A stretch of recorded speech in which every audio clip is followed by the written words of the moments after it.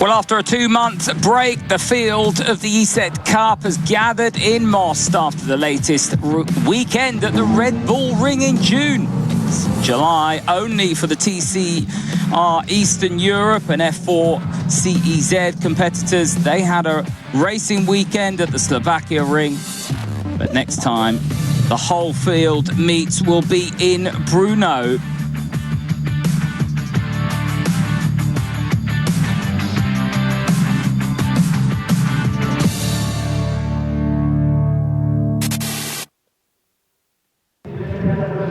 The racing weekend was dominated by the inclement weather conditions when dry and rain or wet periods alternated. However, there was no major dramas as the field negotiated this Moss circuit in those tricky conditions. The field of GT cars dominated by Salaquada. Because the Lambos, they are very quick on the speed and acceleration. Libor Milota was optimistic too. I think that I will need only good time or good luck for me, because we had very good lap or very good time with my team on the test.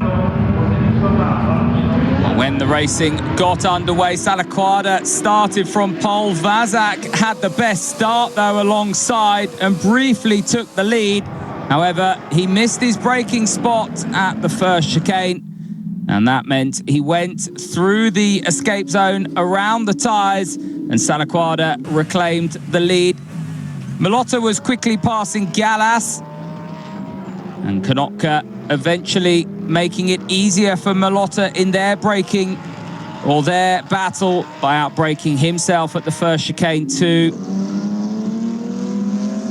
Well, Vazak also went down the escape route, and Milota moving up a position as Konotka having to defend from Gallas and Pavlicek. The race was good. Apart from start, I had a little bit. I was a little bit late on the throttle when the green was, so I was passed by Lamborghini. Well, another win for Filip Salaquada. Daniel Vazak finishing second. His first victory of the GTC. First win of the season, so me and the whole team is happy. Libor Milota classified second in GT3 with Petr Kazadek finishing third. Gregor Sigo coming fourth. In GTC, Gallas, Pavlicek and Vazak on the podium, and Yannick in GTX. Well, Sunday brought no real changes in the GT3 category. Filip Salaquada, another victory. However, in GTC, there was a fierce battle for the win. We had a special guest as well, the president of the Czech Republic, Petr Pavel, taking the passenger seat in the pace car. Well, it was Gallas and Vazak, the number 100 car, starting from the front row. And they headed into the first corner side by side. It would be Vazak who took the overall lead, though. Salaquada, the number 75, moving ahead of Gallas and beginning to chase down the race leader, Vazak. Well, once again, Salaquada would hit the front. Battle for victory in GTC, entertaining the spectators. Well, Vazak held on to first place. Gallas and Pavlicek closing in on him 3 minutes before the end of the race. Both drivers from the Mechanic Motorsport squad managing to overtake Vazak. But it was, of course, Salaquada, again, the dominant winner in GT3, followed by Milota and Kazadek. A very bad setup under my car, and I don't understand why, but I have problem with traction, and it was a horrible time for me for last race, and I am very happy that I am in the finish. Well, in GTX, it was Yannick again who won the race. In GT4, it was Sigo emerging as the winner. Dominance from Salaquada, Milota and Kazadek. The podium matched in both races. In GT3, it was Vazek and Pavlicek who shared the spoils, with Vaclav Janec winning both races in GTX.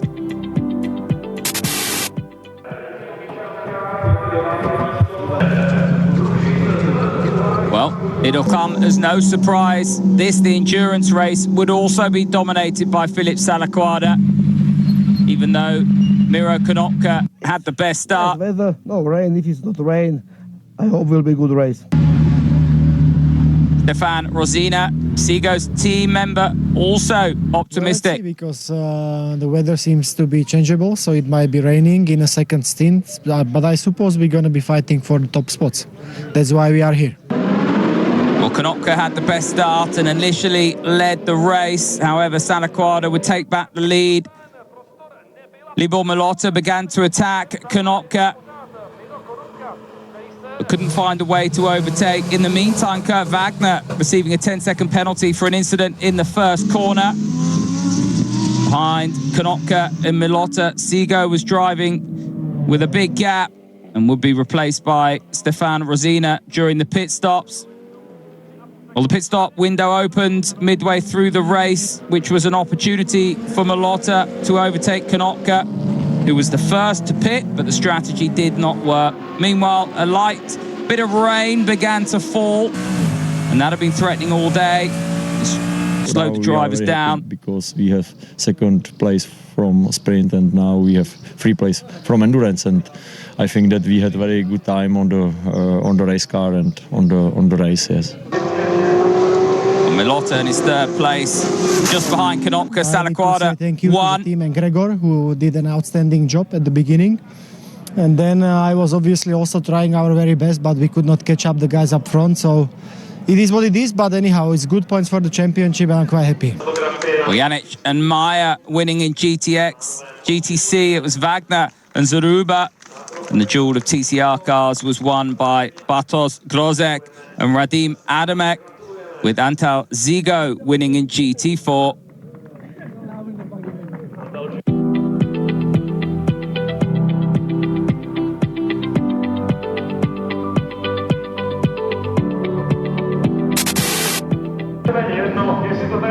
Moving away from GTs now to touring cars, Petr Fulin making his comeback to TCR Eastern Europe with Adidas Racing. The experienced driver led the race from start to finish. Homola said he would try to get out of trouble in the first corner and collect as many points to protect his championship lead. I always try to win, but I need to look for the championship. That's my main point. And try to grab as many points as possible. Bulin and Kajaya lining up on the front row. Zizek and Kircher having a brilliant start behind. Briefly took the lead, but Fulin regained the top spot in the first chicane.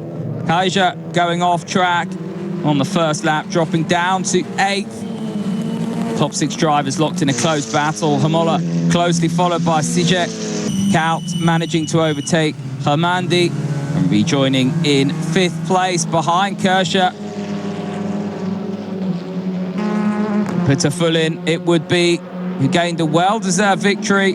On the beginning, I pushed a lot because I was interested in some gap because of safe race for me. So I did it, and then I just control the gap. Zizek second, Homola extending his championship lead with 3rd. On Sunday, Hermandi started from pole thanks to the reverse grid.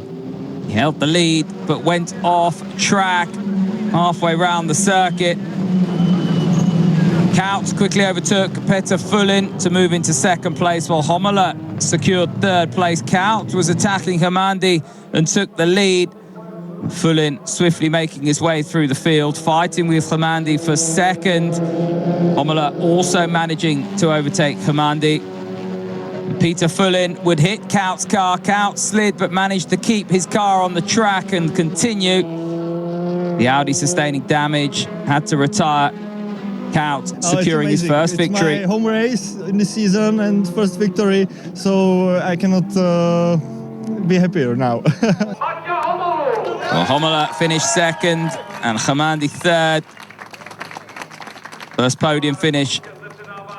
Homola's 58-point lead over Kersha means that the Slovakian cannot be overtaken in the championship standings, making him the new TCR Eastern Europe champion for 2023. I don't know if I won, but one guy told me that I won the championship, so obviously it's a perfect. I'm not sure, so it's not confirmed. So yeah, I will celebrate afterwards.